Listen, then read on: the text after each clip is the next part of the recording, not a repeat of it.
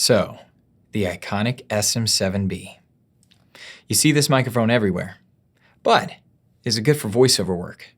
The answer is no. No, it's not. But, let me explain.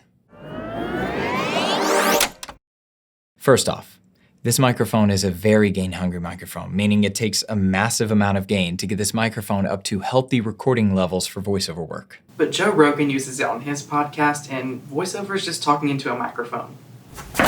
Let's use recording vocals for music as an example. For singing, this microphone is fantastic. When you're singing, you're probably being a lot louder than when you're talking, unless you're Billie Eilish. Which means for singing, you don't need to turn the volume up very loud. But with a traditional conversational voiceover read, you're gonna need to turn the microphone up pretty loud, and that's gonna introduce a lot of hiss, which comes from the preamp inside the interface as well as the microphone's self-noise. But Joe Rogan... Here's an example of audio recorded with the Shure SM7B versus the Sennheiser 416. Both are raw recordings with absolutely no processing on them. They were both recorded with the same interface, the Apollo Twin. Make sure to wear headphones so you can really hear the difference. This is an audio recording with the Sennheiser 416. My gain is at 12 o'clock on the Apollo Twin, and now I'm gonna let you hear the noise floor.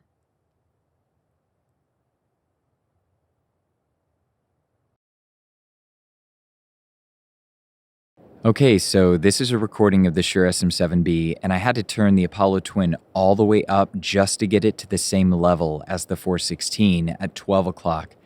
And as you're about to hear, you're gonna hear a lot of hiss, a lot more noise in the audio because I had to crank the interface all the way up just to get similar levels. And I mean, of course, you can also hear the difference between the audio quality. The 416 is a much brighter microphone, where this is a much darker or warm microphone. But the main problem here is the fact that I had to turn the interface all the way up just to match the levels of the 416. So now I'm gonna let you hear the noise floor.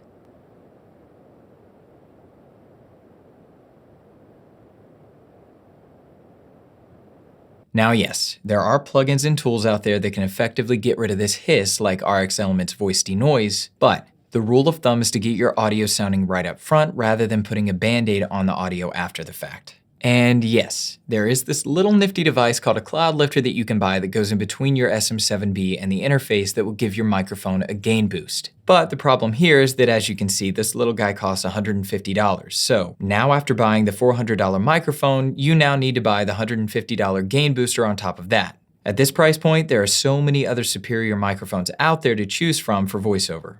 And yes, there are more affordable options out there other than the Cloudlifter to choose from, but none of them quite stack up to the quality of the Cloudlifter. So, let's recap. Yes, this microphone is awesome, and there's a reason everyone uses it. Like Joe Rogan? Yes, like Joe Rogan.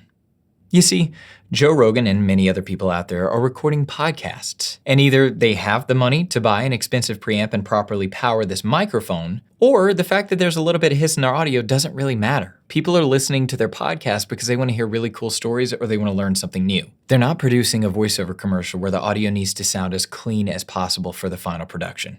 So, recording a podcast with some friends? Recording competitive professional level voiceover. I hope that clears up the confusion concerning the SM7B and voiceover. But Joe Rogan uses...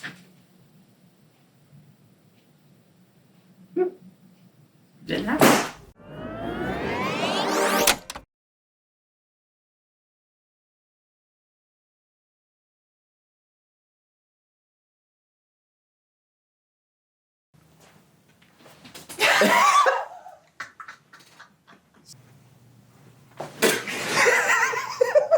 I forgot about the slap. But Joe Rogan...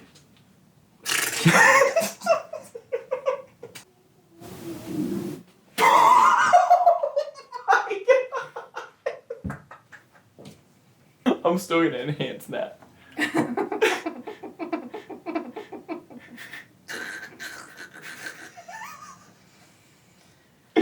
Alright.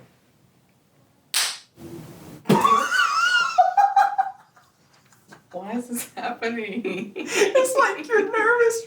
Like I'm gonna smack you. I'm getting up.